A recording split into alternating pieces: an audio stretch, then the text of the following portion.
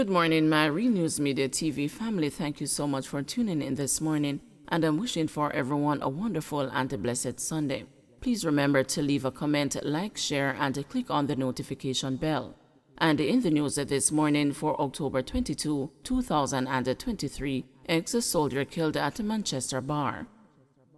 Police are probing the murder of a man at a bar following a gun attack in Spurtree, Manchester on Saturday night. A police source named the deceased as Jethro Driscoll, otherwise called Soji or Chris, 48, an ex-soldier and a construction worker. Preliminary reports are that about 7 p.m., Driscoll was at a bar when a man wearing a hoodie entered the establishment and attacked him. He was shot twice. The man escaped on foot. Up to later Saturday, the police cordoned off a section of the community road at Spurtree, leading to Sweeby's Hope and the French Park. 10, including 4 motorcyclists killed in 7 days ending October 20, says RSU. 10 more deaths as a result of motor vehicle crashes during the week ending Friday, October 20, has pushed to 327 the number of people killed on the nation's roads since the start of the year.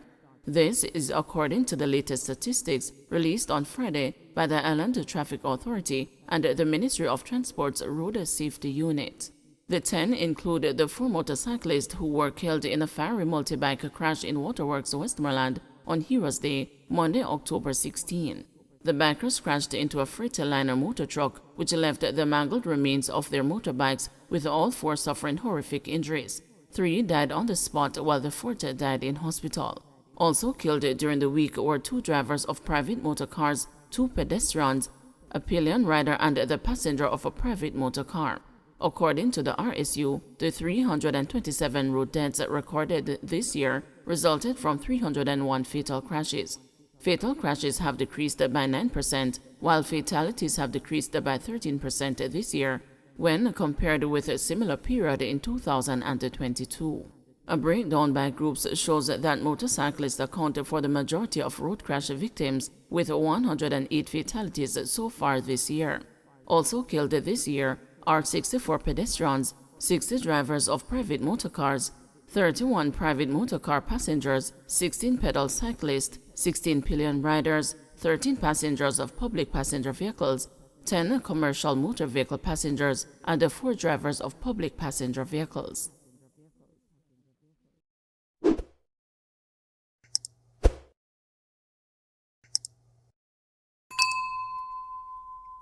Education Ministry to explore benefits of AI in institutions, says Williams.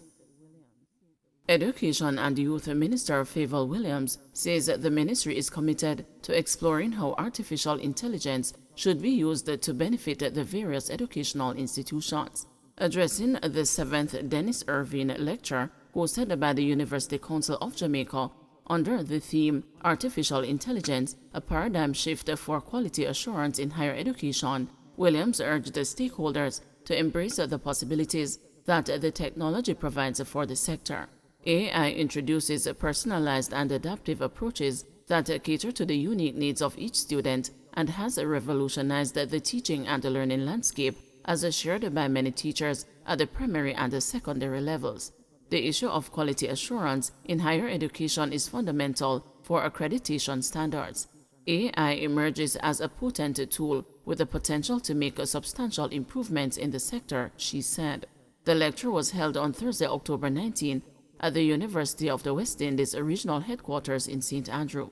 Williams noted that while AI could usher in a new era of an enhanced overall quality education in Jamaica, ethical considerations with the use of AI remain at the forefront.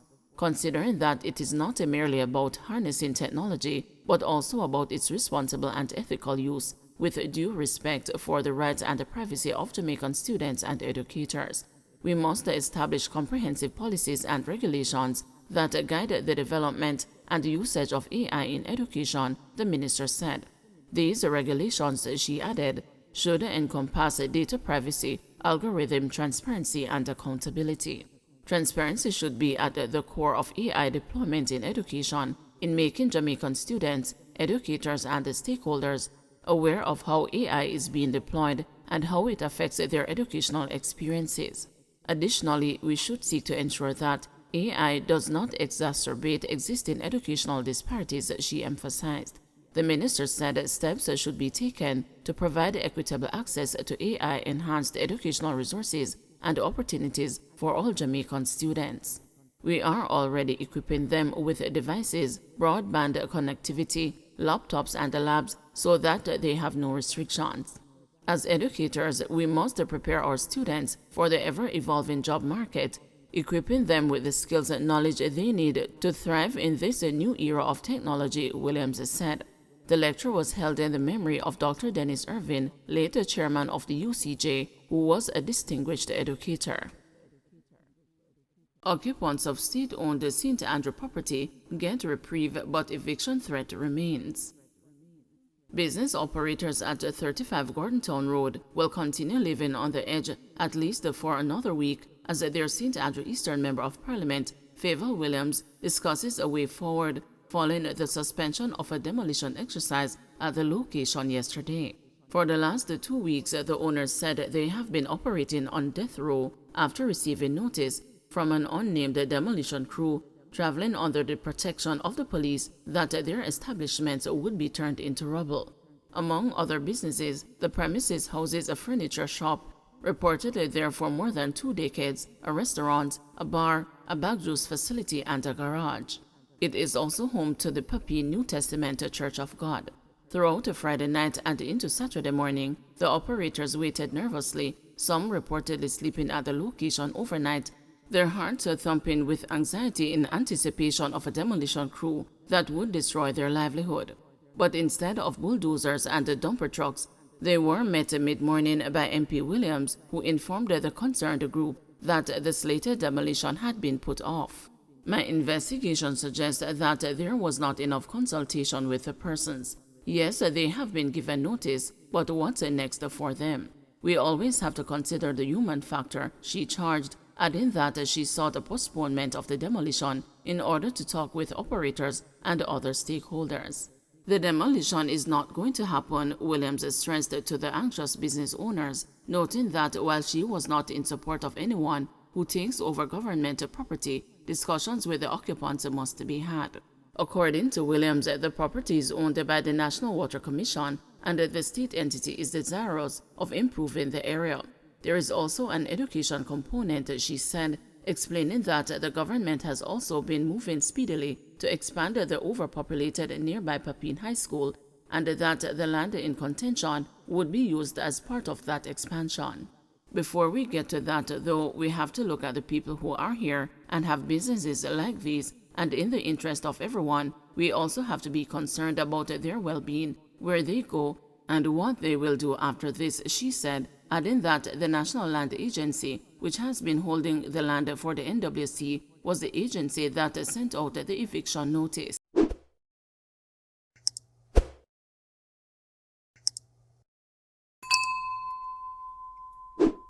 The plans for Papine High School have been on the books at the Ministry of Education for years, and I am trying to accelerate it because of the conditions there. It is bursting at the seams, she claimed. According to the occupants, many decades ago, the property was leased to a businessman in the area who then allowed them to stay there after he had relocated to a premises nearby. Since then, more businesses have set up shop, despite the various notices over the years, for them to stop illegally occupying government lands. Among the latest notices was one dated May 5 last year, which the operators, backed by Daniela Hicklin, who is seeking the People's National Party's nod to be its representative for Eastern St. Andrew, argued does not contain official stamps or names, only scribbled signatures. They said various attempts by them to lease or own the land have been turned down by the authorities, and that the threat 2 weeks ago to demolish and reclaim the area was among the strongest that they have witnessed. A news source revealed that the 40,000 square meters lot was recently valued at $132 million. While Williams is the MP for the area, the contentious plot of land is located next door to the newly built constituency office of Juliet Holness, who represents the neighboring St. Andrew East rural constituency. The business owners were not convinced of Williams' reasons for their removal. Besides, the area had long been designated for the erection of a fire station and a police station, they charged, adding that there is ample space around the grounds of Papine High for an expansion, instead of constructing over an aquifer that runs through the property. Among the illegal occupants of the area is a 19-year-old who has taken over his father's bar after the elder was shot and killed in the summer of last year. He is now the sole breadwinner for his 6 siblings. There is also carpenter Paul Higgins, who has been operating his shop there for 29 years. He spent much of his time on Friday nights clearing out most of his tools, materials, and outstanding projects, he said. No doubt their operations have been greatly impacted by the looming threat. Since the recent eviction notice, attendance at the services at the New Testament Church of God has been scant, as the members of the congregation were unsure of what was taking place. Pastor Ajalon Ferdinand said the latest raucous reminded him of when access to the church was blocked because of the construction of Holiness's offices in recent years. Though he had been in dialogue with NWC representatives via email, he said he was not informed about the threat of removal 2 weeks ago. It has affected us in that nobody knows what is going on. Today might be our last official day, he told the news. There has been no sense of certainty, pure uneasiness, and nobody is telling us anything. Only ground reports. He confided, however, that the church has no official lease to the land, but that, more than a decade ago, it started operating there with an understanding between the church leaders and the NWC. According to Hicklin, she has been invited to a consultation meeting with Williams to hear the concerns of the operators, most of whom are residents of neighboring communities. Williams has said 1 week to me, 2 weeks to you, and she told the operators that she will meet in the next few weeks. So there is no clarity, and there really needs to be a plan, Hicklin said of the extension period for the demolition. She added, yes, the land may be slated for development, but as you can see, the conversations with the people have not happened, and that's where the problem is.